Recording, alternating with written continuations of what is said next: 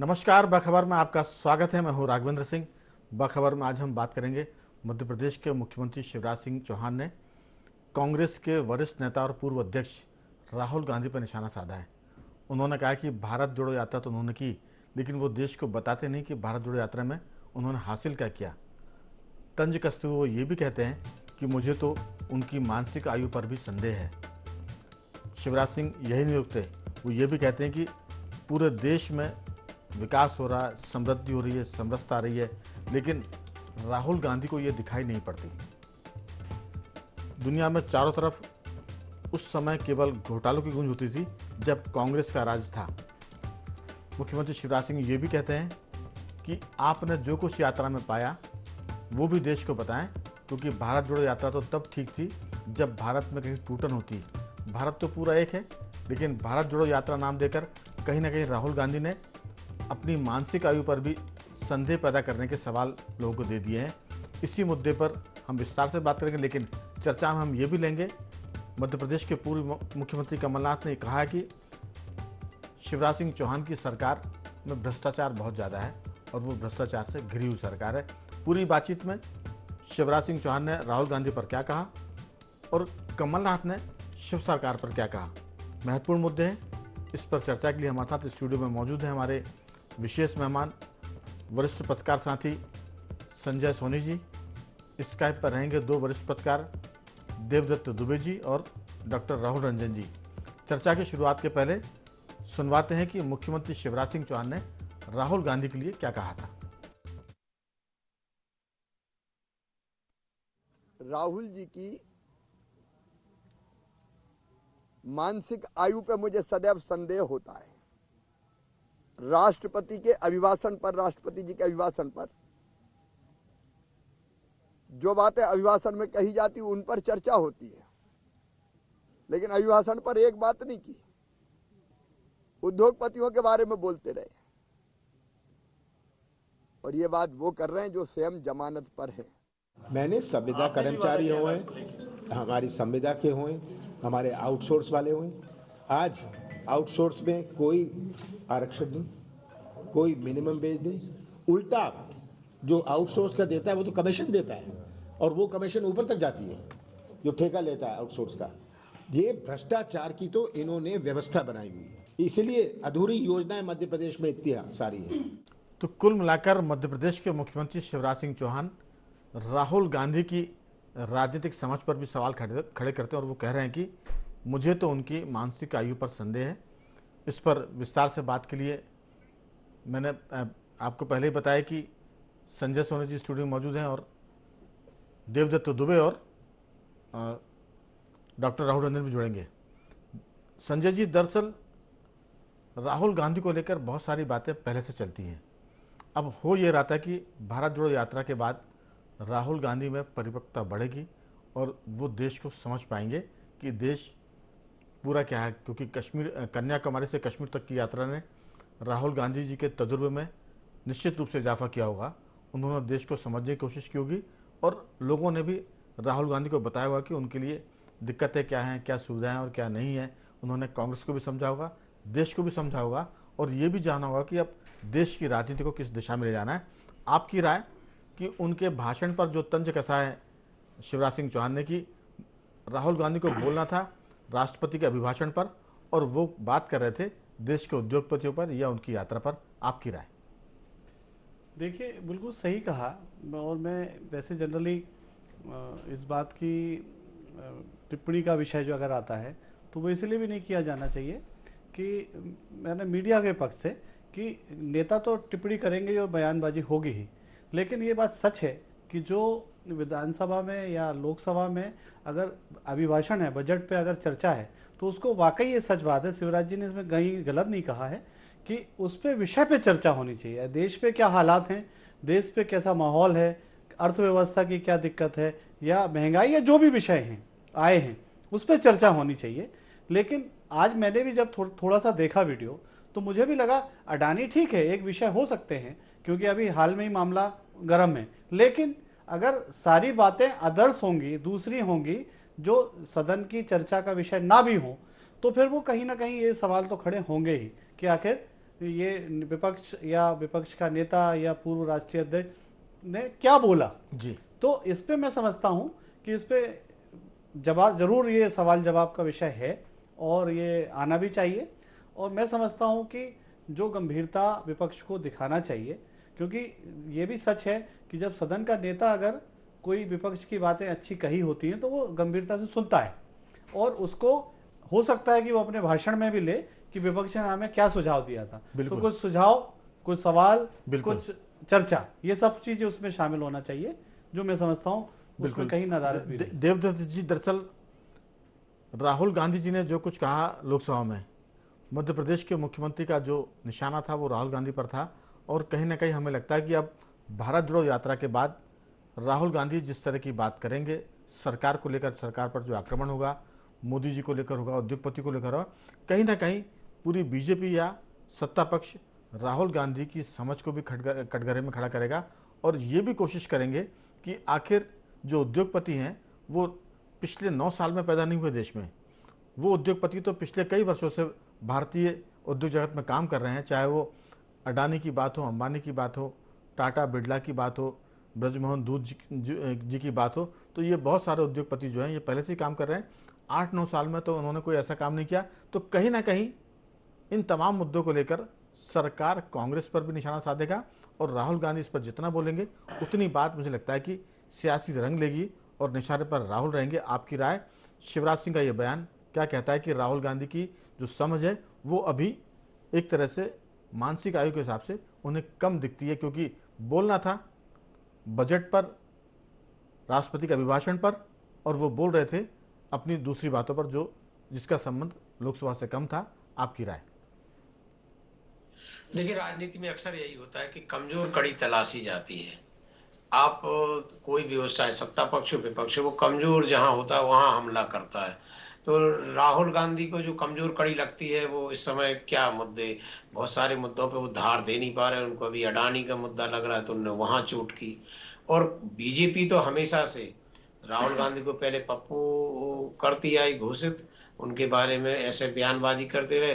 थोड़ा उनने माहौल बनाया कांग्रेसियों के, राहुल गांधी अब भारत जोड़ो यात्रा के बाद परिपक्व नेता के रूप में उभरे हैं, इतनी लंबी यात्रा की है, तो ये मौका मिला। और उन्हें तस्वीर को जो उन्होंने डेंटिंग पेंटिंग की थी कांग्रेस ने, बीजेपी ने फिर खुरदरा उसको करना शुरू कर दिया, क्योंकि एक तरह से वो धुरी भी बन सकते थे विपक्ष के नेताओं के। या जो 24 का मुकाबला है, लोग कह रहे थे मोदी बनाम राहुल गांधी होगा, तो अभी से उसको इमेज को खुरदरा किया जाएगा।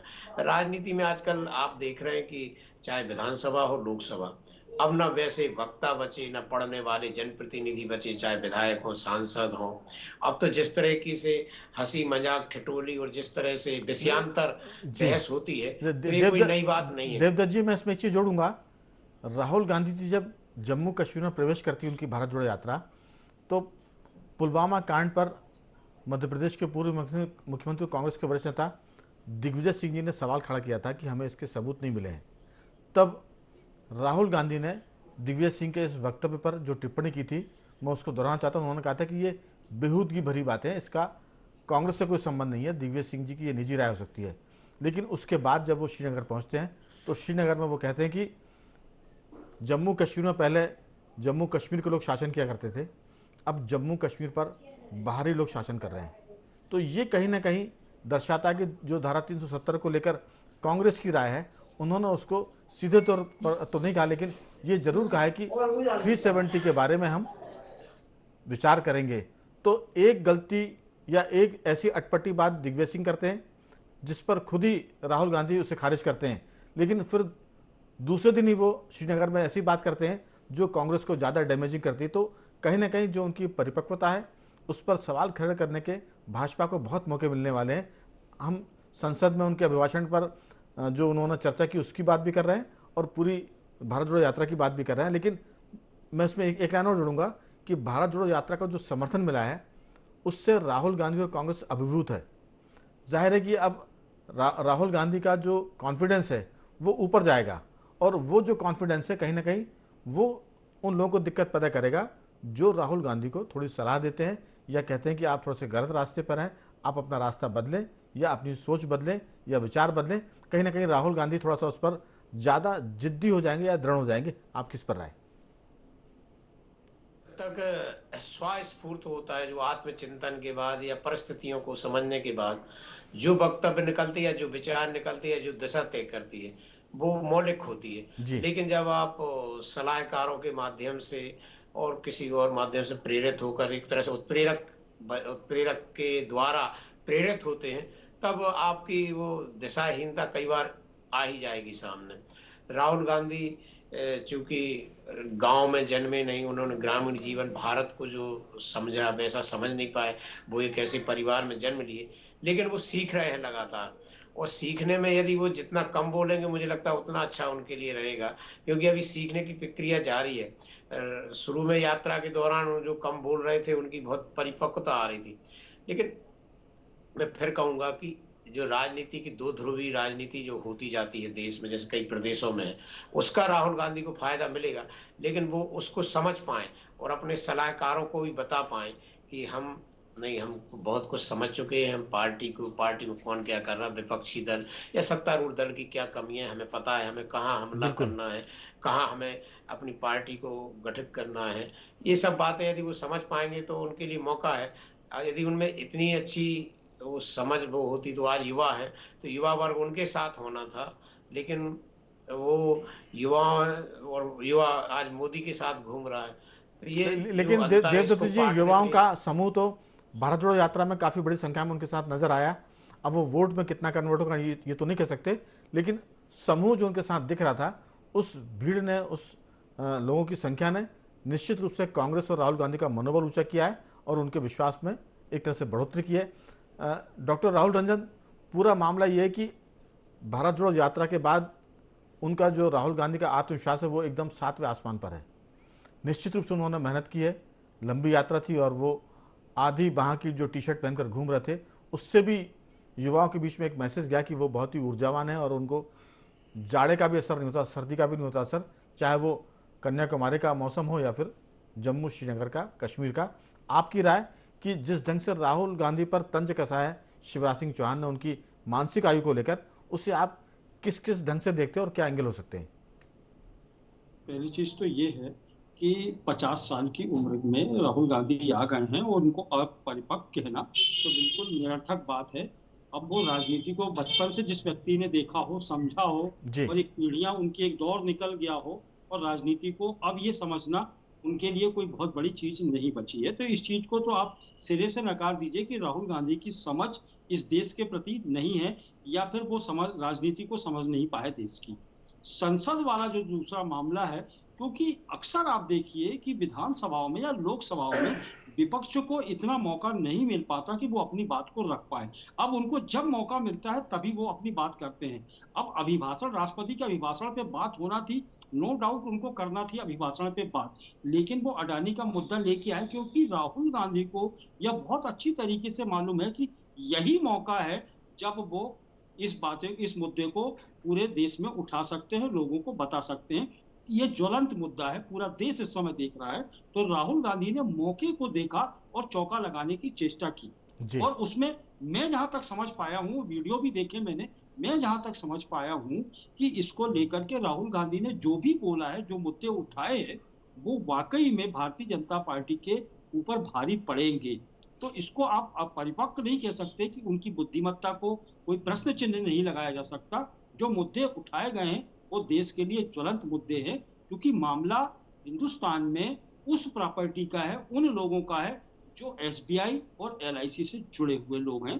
वो मुद्दा बहुत ज्यादा संवेदनशील है, इसको लेकर के आप कोई भी टीका टिप्पणी नहीं कर सकते। मौका था, मौके की नजाकत थी, राहुल गांधी ने उस मुद्दे को बिल्कुल।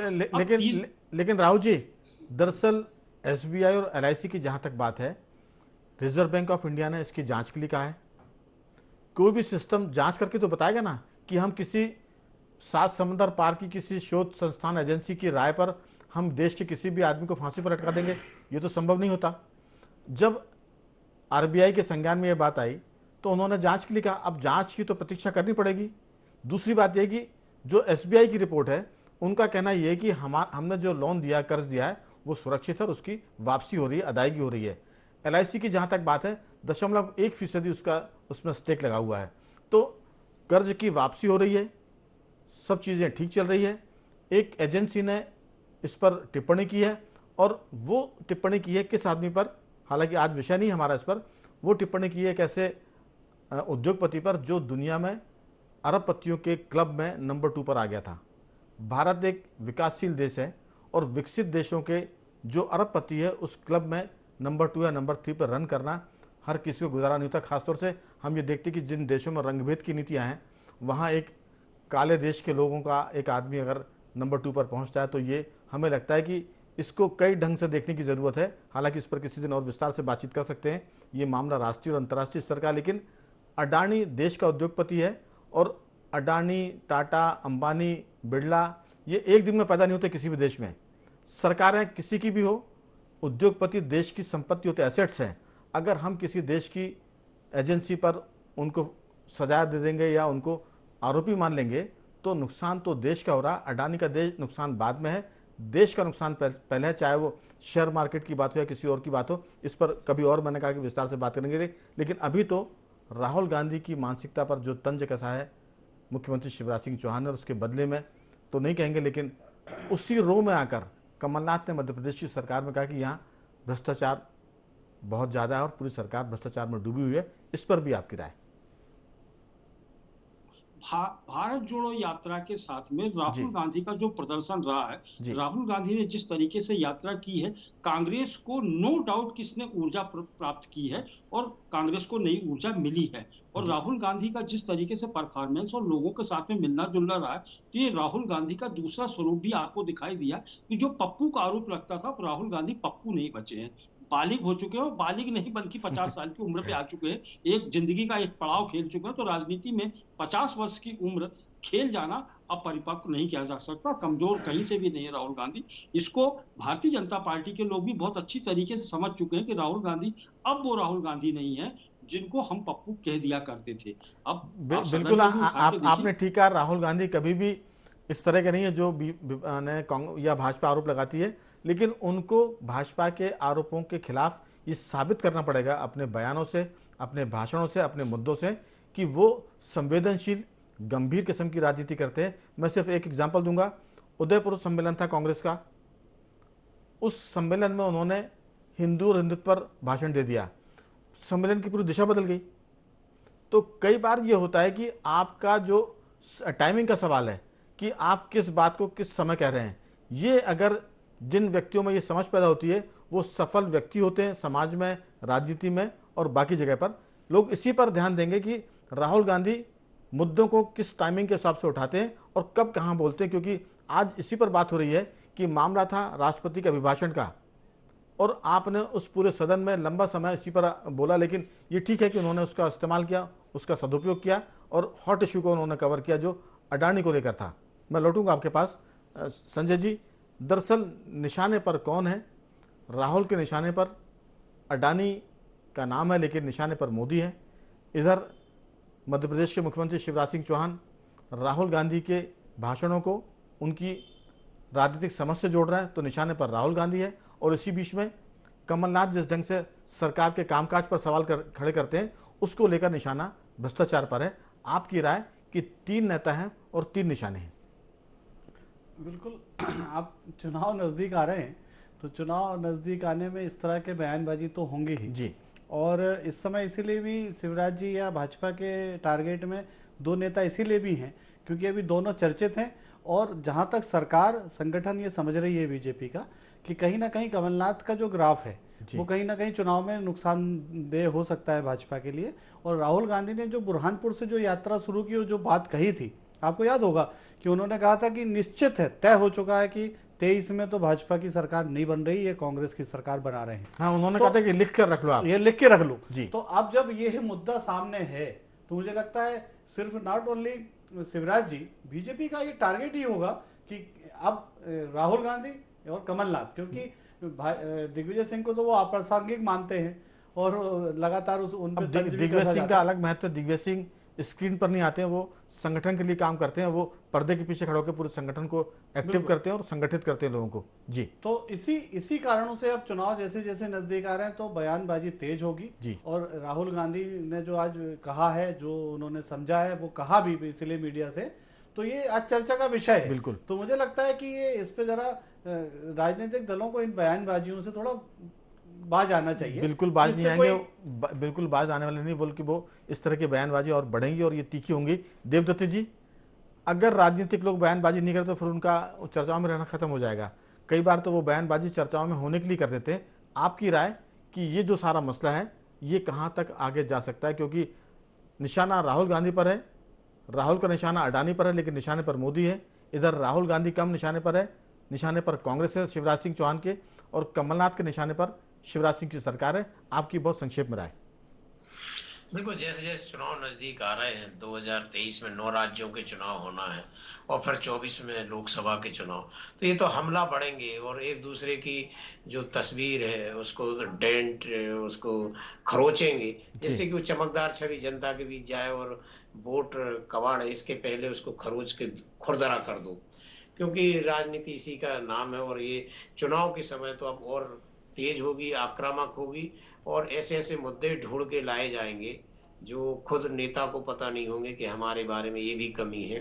क्योंकि अभी आप देख ही रहे हैं कि प्रश्न दोनों तरफ से पूछे जा रहे हैं, उत्तर कोई नहीं दे रहा है और मतलब साफ है कि अब उत्तर जनता ही को देना है 23 के विधानसभा चुनाव में और 24 के लोकसभा चुनाव में, और इसी के लिए पूरी मशक्कत हो रही है। मुझे लगता है ये और बढ़ेगा मामला। अब मोदी ने तो कहा, सदन में कहा उन्होंने लोकसभा में कि देश की प्रतिष्ठा बढ़ रही है, आर्थिक स्थिति मजबूत हो रही है, लेकिन लोगों को इसमें भी तकलीफ है और जिनको तकलीफ होती है उनको आप समझ लीजिए कि वो कैसे लोग हैं। तो ये सब चीज़ें कोई भी आदमी अपनी बातचीत में, अपने बयानों में, अपने भाषण में एक शब्द भी अगर गलत बोलेगा तो फिर उसका छिद्राणुवेशन होगा, उसका लोग पोस्टमार्टम करेंगे। तो इसलिए बहुत संभल कर बोलने की ज़रूरत है, क्योंकि आने वाले दिनों में जैसे जैसे चुनाव नज़दीक आएंगे तो लोग दूरबीन लाकर गलतियाँ ढूंढेंगे और फिर वो गलतियाँ कपड़े कैसे पहनते इस पर भी आएगी, कौन सा परफ्यूम लगाते इस पर भी होगी, क्योंकि गलती ढूंढने के लिए जब कोई मुद्दे नहीं मिलेंगे तो फिर ये मुद्दे भी आएंगे जो कई बार महत्वपूर्ण नहीं होते। राहुल जी, आपकी इस पर टिप्पणी। एक चीज है राघवेंद्र जी, राहुल गांधी को भारतीय राजनीति से दरकिनार कर दिया गया था, लेकिन अब ये सामने हो गया है कि चुनाव आते आते तक अब ये फाइट जो है भारतीय जनता पार्टी और कांग्रेस की नहीं रह गई, यहाँ शिवराज और कमलनाथ की नहीं रह गई। ये बिल्कुल चेहरे स्पष्ट सामने दिखाई देने लगे हैं कि अब मोदी आक्रामक होंगे राहुल गांधी के प्रति और राहुल गांधी आक्रामक होंगे मोदी जी के प्रति। और यही मध्य प्रदेश में, बल्कि हर प्रदेश में ये होना है कि अब आमने सामने की लड़ाइयां शुरू हो चुकी हैं। तो ये तर्कस में जितने तीर रखे हैं ये आमने सामने ही टकराए जाएंगे। डॉक्टर राहुल, दरअसल कोई किसी को दरकिनार नहीं करता। आप देखिए कि बिल्कुल राजनीति में नए प्लेयर हैं अरविंद केजरीवाल, वो अपनी चतुराई से, अपनी बहुत ही जिसे कहते हैं संतुलन के साथ आगे बढ़ रहे हैं, तो उन्हें कोई दरकिनार नहीं कर पा रहा है। पूरी बीजेपी दरकिनार नहीं कर पाई। 2 बार से वो दिल्ली जीते हैं, तीसरी बार में वो पंजाब जीत गए, चौथी बार में उन्होंने गुजरात में अपनी उपस्थिति दर्ज कराई है। तो दरकिनार तो आदमी का आचरण, व्यवहार, उसकी बातचीत करती है उसको। जी राघवन जी, एक चीज इसलिए कह रहा था मैं कि राहुल गांधी को बिल्कुल हाशिए पे भारतीय जनता पार्टी ने रखा, कोई महत्व नहीं दे रहे थे। राहुल गांधी का कोई वजूद नहीं बचा था, लेकिन राहुल गांधी जिस यात्रा के बाद में जो परिपक्वता उनको दिखाई दी है, जो थोड़ा वजन दिखाई दे रहा है राजनीति में, इसकी वजह से आक्रामक, पहले मोदी के खिलाफ बोलते थे अब लेकिन ये खुल के नहीं बोलते थे। ये परिपक्वता उनको लगातार बनाए रखनी पड़ेगी। चुनाव तक उनको परिपक्व होना पड़ेगा, दिखना पड़ेगा। अगर वो जरा भी गलती करेंगे तो उन पर सब लोग दूरबीन ला के देख रहे हैं कि क्या गलती कर रहे हैं। तो सीधी सी बात है कि एक गलती के बहुत सारे एंगल से उनका पोस्टमार्टम किया जाएगा, उनकी बातचीत का।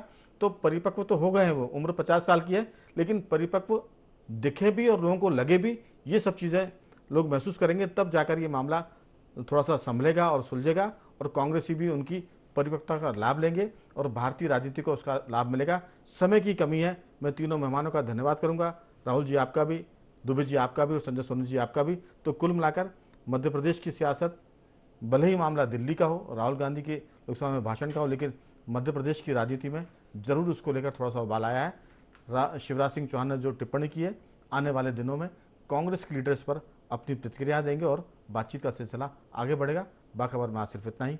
कल किसी और मुद्दे पर बात करेंगे, तब तक बने रहिए हमारे साथ और देखते रहिए IND24।